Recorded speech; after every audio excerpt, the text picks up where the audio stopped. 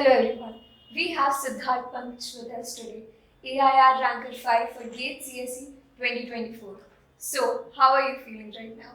I'm on cloud 9 right now. मुझे काफ़ी अच्छा लग रहा है और मेरा जो जर्नी था ये 2 साल का वो काफ़ी अमेजिंग था. Okay, so let's start us with talking about your journey, and I would like if you would just enlighten us with what was your most important, or I would say the most favorite part of this journey for you.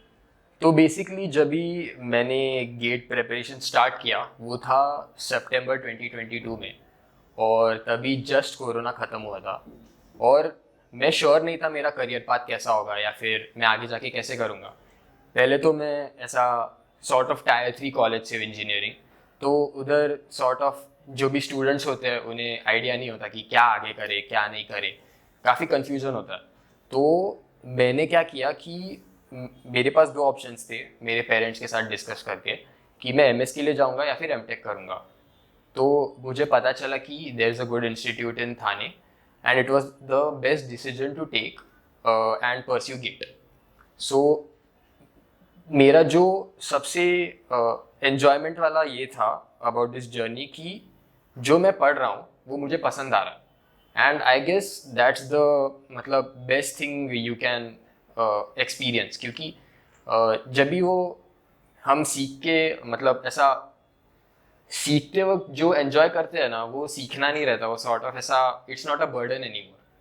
तो that was my best experience I would say. Okay, so as you mentioned, you are a fourth year student in KJ Somaya. Yes. So, how did you manage your college and GATE preparation all together at the same time?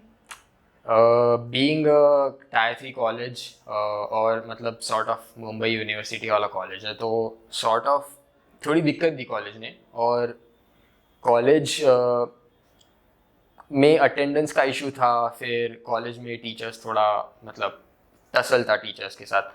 तो basically मैंने सोचा कि college से अच्छा let's take a gamble और gate को prioritise करूँ.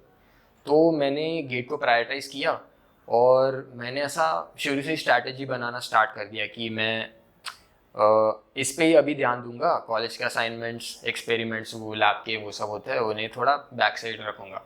तो बेसिकली मेरा जो अप्रोच था that was stealing time. Basically 2 hours travelling time होता है बस का कॉलेज जाने तक, तभी पढ़ लो, तभी पीडीएफ रखो अपने मोबाइल में और पढ़ लो. इंस्टेड ऑफ शेड्यूलिंग इट कि कॉलेज के बाद में घर आऊँगा और उसके बाद मैं पढ़ूंगा, ये स्ट्रैटेजी मुझे काफ़ी हेल्प की. और कॉलेज में भी जब भी टाइम मिल रहा था लेक्चर्स में तभी मैंने पढ़ लिया. So basically college was not an issue with this approach. Okay, that's great. So, talking about next thing that we want to know is आपका study schedule क्या था and what was your strategy towards making notes, because many of them believe in making notes. So, what was your point? Okay, तो पहले मैं notes making के बारे में बोलता हूँ. जो नोट मेकिंग का अप्रोच था मेरा, it can be different for other people. तो मेरा जो अप्रोच था वो था कि पहले तो सर के नोट्स रिफ़र करो, जो है वो काफ़ी सफिशिएंट है.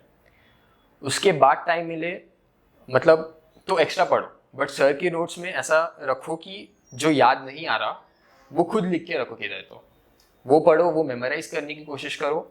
एंड देन आफ्टर दैट वो जितना मेमोराइज नहीं हो रहा वो कम ही होगा ना उससे, उसके अलग नोट्स बनाओ, फिर उसके अलग नोट्स बनेंगे, उसको मेमोराइज करने का ट्राई करो. ऐसा कर करके नोट्स छोटे छोटे हो जाते हैं और सॉर्ट ऑफ बर्डन कम होता है याद रखने का. जितना भी हो बाकी चीज़ें याद रहती है अपने को. स्टडी शेड्यूल का बोलूँ तो जो मेरा शेड्यूल था वो डेली जो होना चाहिए स्लीप, 8 आवर्स स्लीप, फिर मतलब कॉलेज में ट्रैवलिंग टाइम वो सब ठीक है, टाइम स्टील करो. उसके सिवाय मोस्टली तो स्टडी शेड्यूल ऐसा मंथली रखो. मतलब मेरे हिसाब से मेरे जो एक्सपीरियंस है मैं बोल रहा हूँ वो ऑफकोर्स हर किसी को लागू नहीं होगा, बट मेरे एक्सपीरियंस के अकॉर्डिंग एक ऐसा मंथली गोल सेट करो. टोटली अब गेट 2 साल दोगे, 3rd ईयर और 4th ईयर में, या फिर ऐसा अलग अलग वेरिएशन होते हैं. तो 2 साल दोगे तो 24 मंथ्स है आपके पास, तो 24 मंथ्स में आप काफ़ी प्रोग्रेस कर सकते हो. तो एक मंथली प्रोग्रेस रखो, इतना पेपर सॉल्व करना है, इतना टेस्ट सीरीज लेके रखना है, फिर इतना पढ़ के रखना है। तो सर भी काफ़ी साइकिल्स लेते हैं पढ़ाई के, मतलब वही सब्जेक्ट्स 2-3 बार हो जाते हैं। तो सिमिलरली अपना खुद का भी वैसे ही रखो, और अपना भी 2-3 बार होता ही रहेगा, फिर पढ़ाई रिवाइज भी होगा, पढ़ के भी होगा। तो ऐसा मंथली एक क्या बोलते हैं उसको, आइट्रेशन रखो और एक गोल रखो। वो मेरा शेड्यूल था kind. So after studying, the next stage that comes for us is mock test and series of tests. Yeah. So how did you tackle with that ups and downs of marks and strategies for like mock test, when to start? Yes. So strategically mock test जो start करना है वो शुरू से ही करना है।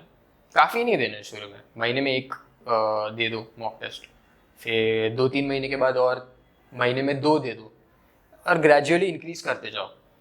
अभी जो मतलब बेसिकली अप्स एंड डाउन्स आएंगे, शुरू करोगे तो कोई भी चीज़ नहीं लगेगी तो अप्स एंड डाउन्स आएंगे, उसमें मार्क्स कम ही रहेंगे, बट ग्रेजुअली वो इंक्रीज होगा। अभी तुम टोटल 2 साल में 100 पेपर दोगे तो उसमें ग्रेजुअल इंक्रीज होगा ही, if you have a good strategy और मतलब ऐसा प्रोग्रेस अच्छा कर रहे हो तो पेपर्स में दिखता ही है, और and then that papers become a part of your sort of steps. Motivation, yes, motivation kind of. So coming to an end, I would like to ask, what is your advice to your coming future aspirants for late 2025 and furthermore? Yeah, so advice के मामले में मैं थोड़ा differ करूँगा। Instead of पढ़ाई I would like to talk about competitiveness और अपना खुद का हेल्थ। तो अपने पीयर्स के साथ हेल्दी कंपटीशन रखो, जो it should not be conflicting, मतलब इसका कम आएगा, अपन का थोड़ा सा ज़्यादा आएगा, वी आर कंटेंट, ऐसा नहीं होना चाहिए। आप बढ़ रहे हो वो भी बढ़ेगा साथ में, फिर आप और बढ़ोगे वो भी साथ में बढ़ेगा, और it becomes a good chain, ऐसा चेन बनेगा वो, तो प्रोग्रेस सबका ही होगा साथ में क्लास का। और उसके सिवाय तो हेल्थ का बात करें तो खुद की हेल्थ को कॉम्प्रोमाइज़ बिल्कुल मत करना, क्योंकि इम्यूनिटी कम हो गया तो फिर वो दिक्कत आती है एग्ज़ाम के दिन, हमें इल नहीं होना है, या फिर बेसिकली इम्यूनिटी अच्छे ही रखो, स्लीप भी प्रॉपर रखो अपना, और दैट्स इट आई वुड से। या So congratulations once Thank you again so much. for AIR 5 rank, and thanks for this interview. Thank you so much. Thank you to all.